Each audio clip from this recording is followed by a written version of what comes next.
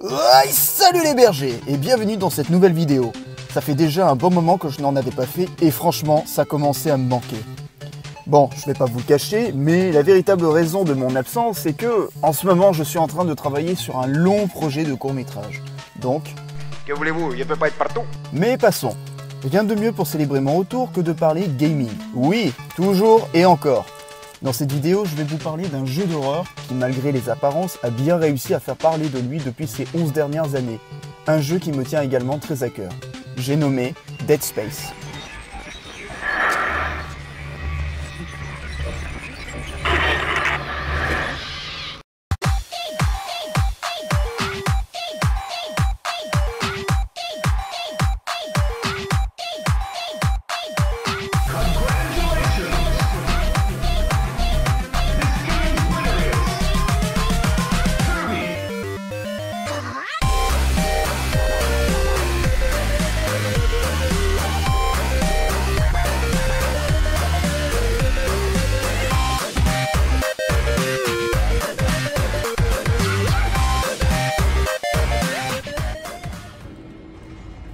J'avais déjà parlé brièvement de ce jeu dans le top 10 des jeux d'horreur les plus flippants. Si vous l'avez pas encore vu, je vous invite à aller le regarder. C'est quoi Dead Space? Jean-Kevin, tu te calmes. Dead Space est un jeu vidéo de tir à la troisième personne, TPS ou Third Person Shooter, de genre survival horror dans un univers de science-fiction développé par Visceral Games, anciennement EA Redwood Shores, et édité par Electronic Arts. Ah, décidément, eux aussi sont partout. Commercialisé en octobre 2008 sur Windows, PlayStation 3 et Xbox 360. Le jeu est positivement accueilli par la presse spécialisée et recense plus de 2 millions d'exemplaires vendus. Dead Space 2 et Dead Space 3 sont commercialisés le 25 janvier 2011 et le 5 février 2013 respectivement. En outre, au-delà du cadre des jeux vidéo, Dead Space sera aussi adapté en bande dessinée. Enfin, un film d'animation américain intitulé Dead Space Downfall viendra compléter l'univers du jeu, bien que le héros Isaac Clarke n'y soit pas présent. Ce film aborde en effet les origines de l'infection. Comme je viens de le dire, c'est un jeu de tir à la troisième personne, ou TPS, la caméra étant placée au-dessus de l'épaule droite du joueur et se caractérise par l'absence d'interface traditionnelle. Les objectifs assignés aux joueurs et les diverses options de jeu, comme l'inventaire, sont accessibles par hologramme projeté au-dessus de l'arme de Isaac. De ce fait, le jeu ne se met pas en pause lorsque le joueur accède au menu, accentuant la pression sur le joueur. Et ben oui, étant un jeu d'horreur, autant rajouter encore plus de pression. Comme on dit, mieux vaut plus que pas assez. Un magasin stock peut être trouvé dans le jeu, ainsi que des plans permettant l'amélioration ou l'achat d'armes et objets supplémentaires. La pesanteur et le vide spatial sont des environnements inédits apparaissant dans Dead Space. Isaac peut se déplacer dans un niveau sans gravité en utilisant son scaphandre et ses bottes magnétiques, qui lui permettent de s'accrocher. Il pourra même aller sur la coque du vaisseau. Cependant, Isaac peut mourir par manque d'oxygène s'il se trouve dans une zone de vide spatiale, ce qui est logique. Mais pas de panique Yannick, vous aurez toujours la possibilité de trouver des bouteilles d'oxygène un peu partout. Donc, merci qui? Non, pas Jackie Michel, merci les développeurs pour votre indulgence. Conformément à la profession d'Isaac, qui est ni paladin, ni des forces spéciales, ni Space Marine, ni maître Jedi, non, c'est un ingénieur. Ouais, voilà, comme ça c'est dit. Les armes du jeu semblent surtout improvisées, comme un cutter à plasma, le lance-flamme et le fusil d'impulsion. Donc, leçon numéro 1, ne jamais sous-estimer un ingénieur. Le joueur possède aussi une capacité de stase lui permettant de figer temporairement des ennemis ou des objets, et une capacité de télékinésie pour prendre et déplacer des objets.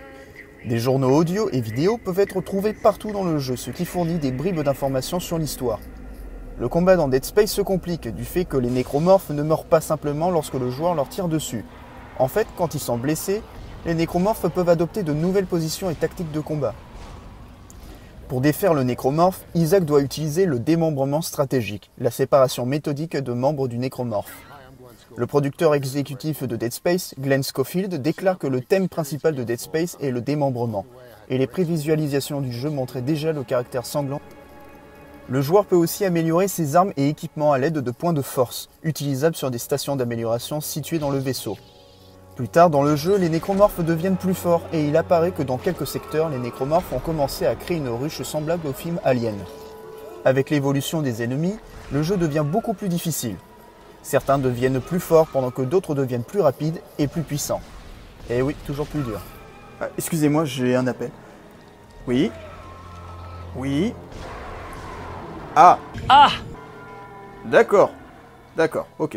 Bon, alors, on vient de me dire qu'en fait, tout ce que je suis en train de vous raconter depuis le départ, on n'en a rien à foutre, et qu'en fait, vous voulez connaître l'histoire. Oh, du calme, j'y venais justement. Bon, et bien dans ce cas, je vais vous faire un résumé simple, sans passer par trop de détails, histoire de ne pas vous spoiler si jamais vous voulez vous y lancer. Et il en sera de même pour les 2 autres opus. Allez, c'est parti. L'action de Dead Space se déroule en 2508. En ce début du XXVIe siècle, les ressources naturelles de la Terre sont pratiquement arrivées à épuisement, et l'espèce humaine est partie à la conquête de l'espace pour trouver de nouveaux moyens de subvenir à ses besoins en matières premières. Pour ce faire, des vaisseaux spatiaux d'un genre nouveau, les brise-surface, sont conçus pour arpenter l'espace à la recherche d'exoplanètes exploitables. L'intrigue débute lorsque l'un de ces vaisseaux, l'USG Ishimura, qui signifie littéralement en japonais « village de pierre », alors le plus connu des brise-surface car le premier à avoir été construit, ne donne plus signe de vie. Toute communication semble avoir été coupée alors que l'Ishimura avait commencé à démanteler et exploiter une nouvelle planète, Aegis 7. Une petite équipe technique est alors envoyée afin de rétablir le contact avec le brise-surface. Parmi les membres de cette équipe se trouve un ingénieur chargé de pénétrer à l'intérieur du bâtiment pour y réparer le système de communication défaillant. Et on sait tous très bien que ce fameux technicien n'est autre que Tony Stark. Non, je déconne, c'était pour voir si vous suiviez un peu. Tiens, d'ailleurs, Isaac Clarke a été appelé ainsi en référence aux écrivains de science-fiction Isaac Asimov et Arthur C. Clarke. Voilà, ça c'était la petite anecdote sympa. Donc, Isaac Clarke et son équipe ne tardent pas à découvrir que ce vaisseau est vide de toute présence humaine et que l'équipage a été infecté par un mystérieux virus qui a la capacité de réanimer le corps des morts en les transformant en monstres, les nécromorphes. T'as pas gueule de porte-bonheur. Entre nous, tu es dans un gigantesque vaisseau désert. Tu te retrouves avec ça, puis ça, puis ça. Et personnellement, mon premier réflexe, ça serait...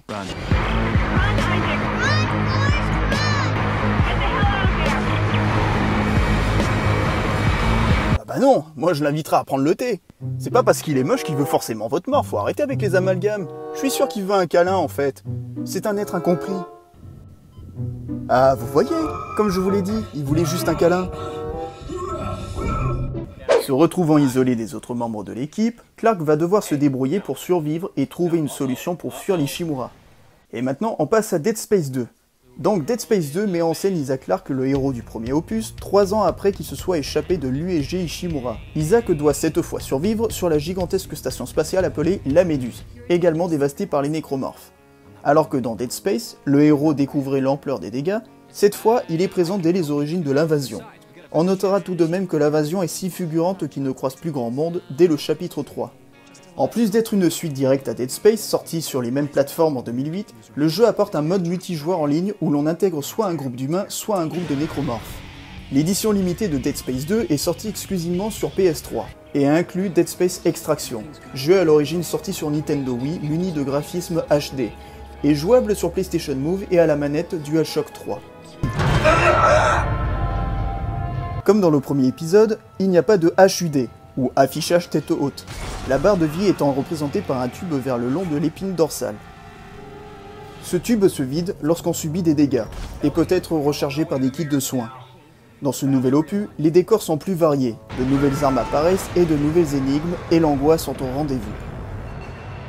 Et maintenant, Dead Space 3. L'histoire débute en 2514, 3 ans après la fin des événements narrés dans Dead Space 2. Isaac vit reclus caché à la fois du gouvernement qui cherche à s'accaper les secrets du monolithe enfouis dans son esprit, et des unitologues qui le considèrent comme un hérétique. Des militaires, l'équipe du capitaine Norton retrouve toutefois sa trace et l'informe qu'Ellie a pris part à une mission à laquelle Isaac avait refusé de participer, qui vise à décoder les secrets d'un monolithe trouvé sur Tau Volantis, une des colonies humaines souveraines. Mais Ellie n'a plus donné signe de vie depuis plusieurs jours, après avoir lancé un appel de détresse depuis son vaisseau en orbite autour de la planète. Isaac se lance à sa recherche accompagné de Norton. Le troisième jeu apporte encore des nouveautés, comme le mode coop. Ou encore, la plupart des armes disponibles dans le jeu, qui sont plus d'une trentaine, sont modifiables et se fabriquent grâce à un établi. De plus, il est possible de mettre des accessoires secondaires sur les armes, ainsi les armes sont 2 en 1. Par exemple, il est possible d'avoir une arme faisant à la fois fusil à pompe et lance-grenade incendiaire, cutter plasma ou autre trancheur électrique et déchireur. Il est aussi possible d'ajouter des modules sur les armes qui peuvent soit améliorer l'efficacité des kits de soins, protéger des explosions causées par ses propres armes explosives comme le lance-roquette, ajouter des dégâts acides ou incendiaires à une arme, etc. Vous l'aurez compris, depuis le premier jeu, on est donc passé du mode méthodique au mode bourrin.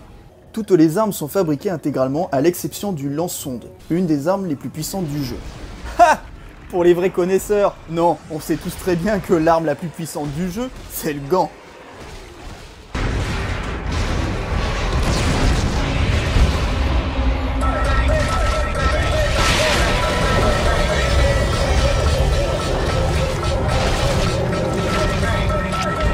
No comment. Pour finir, le jeu a eu droit à un DLC intitulé Dead Space 3 Awakened, sorti le 12 mars 2013, soit un mois après la sortie du jeu intégral. Le producteur exécutif, Steve Papuzzi, a déclaré que le DLC révèle le contenu le plus perturbant de tous les jeux de la saga Dead Space. Mouais. Malheureusement, je pourrais pas vraiment vous raconter le scénario sans prendre le risque de vous spoiler, en raison du fait qu'il soit relativement court. Mais Lobo, c'est un jeu de 2013, qui veux-tu vraiment spoiler? Tout le monde le connaît. Pour ta gouverne. On est certes en 2019, mais en attendant, il y a toujours et encore des gens qui n'ont jamais entendu parler de ce jeu, ni même de ce DLC. Donc, tu m'excuseras. Donc je disais, il est en effet très court, soit 2 heures de jeu. Oui, vous allez me dire, c'est le but d'un DLC. Mais bon, l'histoire est bâclée, la véritable explication du comment du pourquoi est quasi inexistante, et tout se repose sur de simples suppositions de la part du protagoniste qui est toujours et encore Isaac Clarke.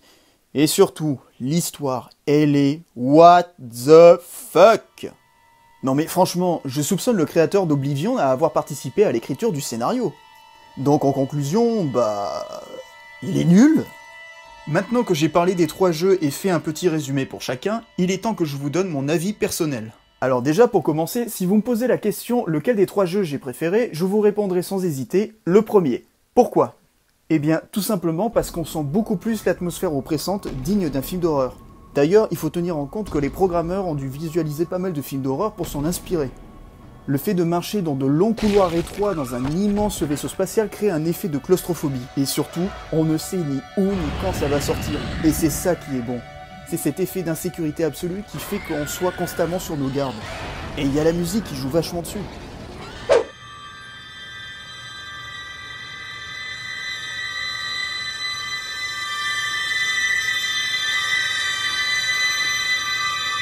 Le 2 est pas mal, mais maintenant comme on joue dans une station spatiale, les couloirs ainsi que les salles sont beaucoup plus vastes. Et donc du coup, on n'a plus vraiment cet effet de claustrophobie.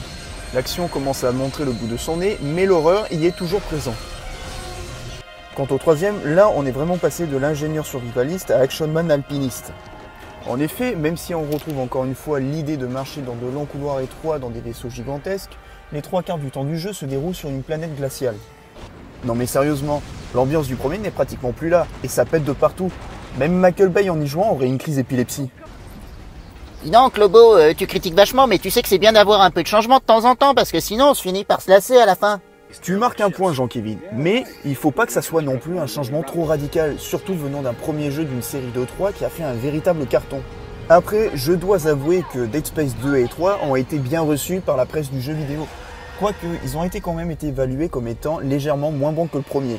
Ah, vous voyez, là c'est pas moi. Mais il y a quand même des points positifs que je peux leur attribuer, comme par exemple le scénario, qui est plutôt sympa, mais qui commence à partir un peu en couille à la seconde moitié du deuxième jeu jusqu'au troisième dans son intégralité. Les graphismes ne sont pas dégueulasses, c'est plutôt agréable à voir. Et surtout le premier qui est, rappelons-le, un jeu de 2008, soit un an après la sortie de Halo 3 et aussi la même année de sortie que le premier Assassin's Creed. Il y a aussi autre chose d'assez intéressant à savoir au sujet de ce jeu. Comme je vous l'ai dit un peu plus tôt, la prévisualisation du jeu montrait déjà son caractère assez sanglant. Et à cause de ça, accrochez-vous à votre slip, il a bien failli ne jamais voir le jour. Cependant, il a été non pas censuré, mais carrément interdit en Allemagne, en Chine et au Japon. Que quoi? Interdit au Japon, malgré ces certains animes hyper sanglants, voire gore? Peut-être parce qu'ils n'ont pas contribué à la réalisation du jeu, ou parce qu'ils ont utilisé un terme japonais pour baptiser le bris-surface, et du coup ils l'ont mal pris. Je sais pas, peut-être que je me trompe. Et on sent vraiment que les développeurs se sont éclatés à réaliser ce jeu. Par exemple, ils ont fait je sais pas combien de scènes de mort différentes pour Isaac à chaque fois que vous perdez. Et c'est le festival!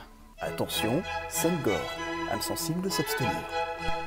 Trop tard, vous avez été prévenu.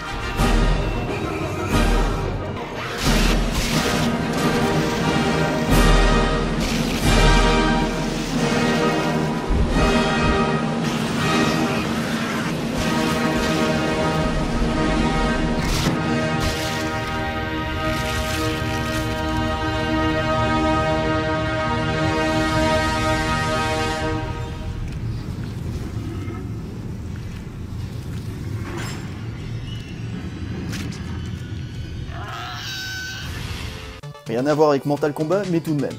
Bon les bergers, c'est après ce magnifique bouquet final de sang, de tripes et de boyaux, oui c'est le titre de la vidéo, LOL, que cette dernière touche à sa fin. Qu'est-ce que vous en avez pensé? C'était long. Oui, c'est vrai que j'ai parlé des 3 jeux et de quelques hors-série. Après, oui, comme vous avez pu le voir, j'ai pas mal parlé de Dead Space 1. Après, le 2 et le 3, j'ai vraiment fait un effort pour le raccourcir un maximum. Qui a mis ça là? La prochaine fois, je procéderai à des vidéos partagées, voilà, mais à culpa. Enfin bon, j'espère que vous l'avez apprécié et que j'ai réussi à vous convaincre pour cette série de jeux. Avant de se quitter, je vais vous poser quelques questions. Est-ce que vous connaissiez Dead Space? Oui ou non? Et si oui, lequel avez-vous préféré et pourquoi? Voilà, histoire d'avoir une petite conversation en commentaire, ça peut toujours être sympatoche. N'hésitez pas à lâcher un pouce bleu de l'amour, c'est gratuit, ça vous coûte rien, et ça nous fait toujours plaisir et nous motive à continuer. N'hésitez pas non plus à partager, et aussi surtout n'oubliez pas de cliquer sur la petite cloche, histoire d'être prévenu lors de la sortie de nos futures vidéos. Vous pouvez également nous retrouver sur Facebook, Instagram et Twitter. Je vous fais de gros bisous sur la fesse gauche, portez-vous bien, hydratez-vous bien, restez au frais, stay cool, et sur ce je vous dis à ciao bonsoir.